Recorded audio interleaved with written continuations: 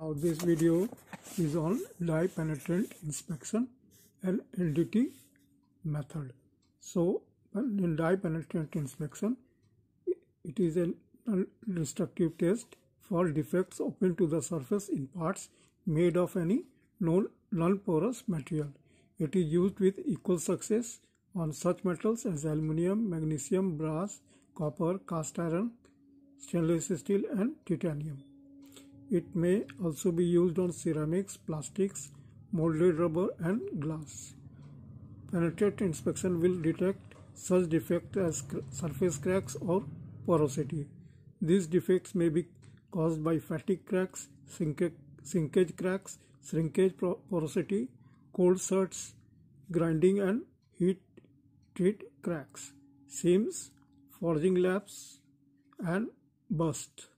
Penetrant inspection will also indicate a lack of bond between joint metals. The main disadvantage of penetrant inspection is that the defect must be open to the surface in order to let the penetrant get into the defect. For this reason, if the part in question is made of material which is magnetic, the use of magnetic particle inspection is generally recommended. In brief, we can say it is suitable for locating cracks, porosity or any other type of discontinuity that is open to the surface. It is usable on both ferrous and non-ferrous metal as well as non-porous plastic material. This inspection method is based on the principle of capillary attraction. The area to be inspected is covered with a penetrating liquid, that is one that has a very low viscosity and low surface tension. The penetrant has been allowed to remain on the surface long enough to completely penetrate any fault that extends to the surface. The excess is washed off and the surface is covered with a developer. The developer is a material that will, by the process of reverse capillary action, blot the penetrant out of cracks or other faults where it will form a visible line in the developer. Penetrant inspection depends for its success upon a penetrating liquid entering the surface opening and remaining in the opening, making it clearly visible to the operator. It calls for visual examination of the part after it has been processed, but the visibility of the defect is increased so that it can be detected. Visibility of the penetrating material is increased by addition of dye, which may be either one or two types, visible or fluorescent. Visible penetrant kit consists of dye penetrant, dye remover, emulsifier and developer. The fluorescent penetrant inspection kit contains a black light assembly as well as spray cans of penetrant, cleaner and developer. The light assembly consists of a power transformer, a flexible power cable and a handheld lamp. Due to its size, the lamp may be used in almost any position or location. Now for the dye penetrant inspection, we have to go for the steps. In first steps, we are preparing it, or we can say it is a preparation. One of the most important consideration when using liquid penetrant inspection is the cleanness of the surface being inspected. Only when the surface is perfectly clean can the penetrant be assured of getting into cracks or faults. The best method of cleaning the surface is with a vapor degreaser, which is particularly effective in removing all traces of oil and grease. Special care must be taken, however, as some metals may be damaged by the solvents used in this form of cleaning. Only materials that cannot be damaged by the vapor should be cleaned by this method. If vapor degreasing is not practical, that the part may be cleaned by scrubbing it with a solvent or with a strong detergent solution. After the part has been cleaned, it must be thoroughly rinsed and dried. Parts to be inspected by the liquid penetrant method should not be cleaned by abrasive blasting, scraping or heavy brushing, as these methods tend to close any of the discontinuities on the surface and will hide a defect that should be detected. Now, number 2, we do penetrant application. The penetrant may be applied to the surface by immersing the part in the liquid or by swabbing or brushing it onto the surface. Our pressure spray cans of penetrant are the most convenient method of applying the penetrant to small areas for localized inspection. whichever system is used, the area to be inspected must be completely covered with the penetrating liquid, and the penetrant allowed in remain on the surface for the recommended length of time. This time is called the dwell time of the penetrant and is determined by the size and shape of the discontinuities we are looking for. These thin cracks require a longer dwell time than large and more open cracks. The dwell time may be decreased if the parts is heated, but care must be taken that it does not get hot enough to evaporate the penetrant.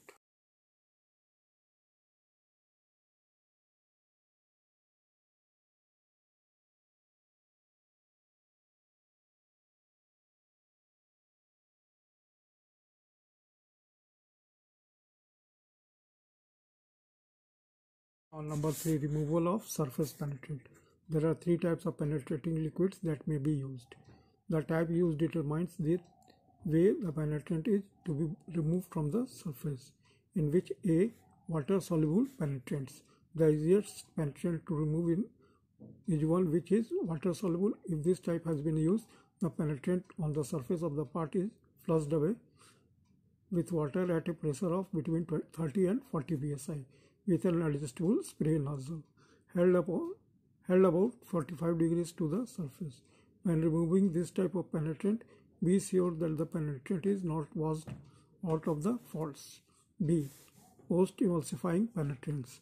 These penetrants are not water soluble but may be treated with an emulsifying agent that will allow the penetrant to be washed from the surface by rinsing it with water.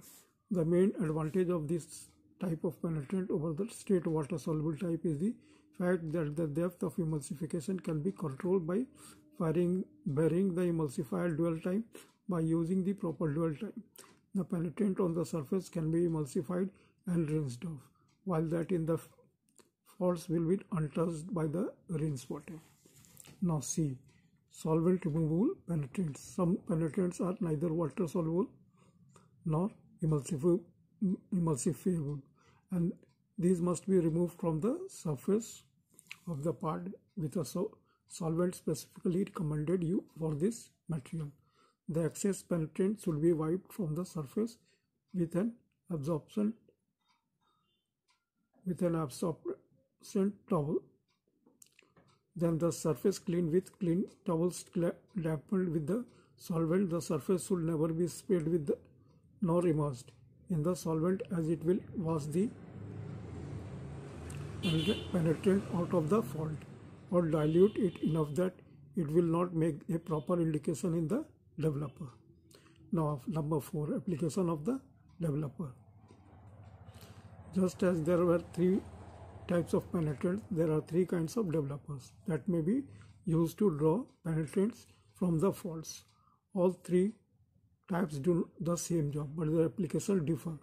The penetrants will begin to bleed out of any fault as soon as the surface penetrant has been removed. To pinpoint the location of the fault, we must cover the surface to be inspected with a developer as soon as possible, in which number A is dry developer. Dry developer is a loose powder material like talcum that adheres to the penetrating liquid and act as a blotter to draw the penetrant out of any faults that reach the surface.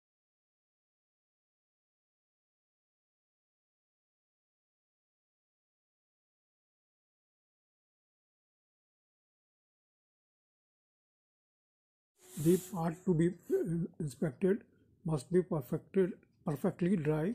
It may be immersed in a bin of loose powder, or the dry powder may be brushed over the surface with a soft brush or blown over the surface with a powder gun. After the powder remains on the surface for the recommended time, the excess is removed with a low pressure flow of air. The penetrant used with a dry developer may have been treated with a fluorescent dye or with a color dye. Parts on which fluorescent penetrant has been used are examined under black light. Faults will appear as a green indication as the light causes the dye to fluoresce or glow. Color dye penetrants are usually red, and any faults will appear as red marks. clearly visible on the surface. Now number B is wet developer. A wet developer is similar to its action to the dry developer.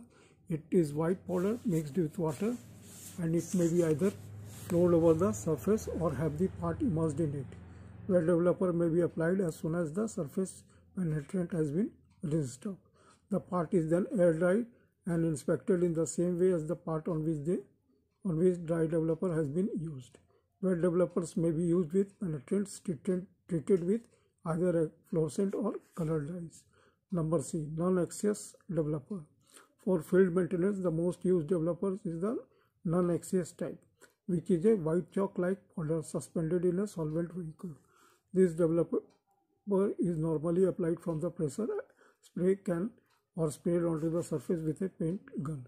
The part to be inspected must be thoroughly dry and the developer sprayed on in a thin, moist coat which dries rapidly and pulls out any penetrant that has seeped into a flush. The penetrant stains the developer and is easily seen with the black light.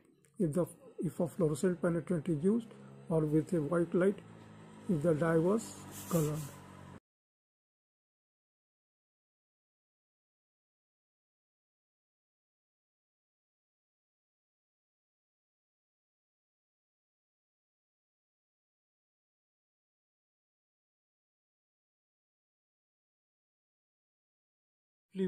The steps which are performed in the dye penetrant inspections are thorough cleaning the metal surface, number 1. Number 2 is applying penetrant. Number 3 is removing penetrant with remover emulsifier or cleaner. Then number 4 we do drying the part, and 5th applying the developer, and lastly 6th is the inspecting and interpreting the result. Now come about interpretation of result. The success and reliability of a penetrant inspection depend upon the thoroughness with which the part was prepared. Several basic principles applying to penetrant inspection are: number 1, the penetrant must enter the defect in order to form an indication. It is important to allow sufficient time so that penetrant can fill the defect. The defect must be clean and free of contaminating materials so that the penetrant is free to enter. Number 2, if all penetrant is washed out of a defect, an indication cannot be formed. During the washing or rinsing operation prior to development, it is possible that the penetrant will be removed from within the defect as well as from the surface. Number 3, clean cracks are usually easy to detect. Surface openings that are uncontaminated regardless of how line are seldom difficult to detect with the penetrant inspection. Number 4, the smaller the defect, the longer the penetrating time. Fine crack line apertures require a longer penetrating time than defects such as pores. Number 5, when the part to be inspected is made of a material susceptible to magnetism, it should be inspected by magnetic particle inspection method if the equipment is available. Number 6, visible penetrant type developer when applied to the surface of a part will dry to a smooth even white coating as the developer dries. Bright red indication will appear where there are surface defects. If no red indication appears, there are no surface defects.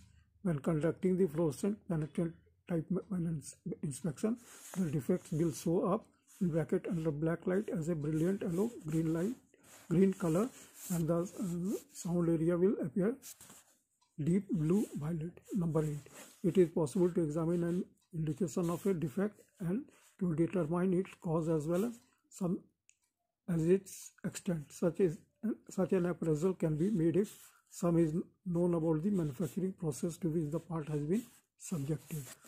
Now the size of the indication or accumulation of penetrant will show the extent of the defect, and the brilliance will be a measure of its depth. Deep cracks will hold more penetrant and therefore will be broader and more brilliant. Very line openings can hold only small amounts of penetrants and therefore will appear as fine lines. Figure I am giving you for this to show some of the types of defects that can be located using dye penetrant.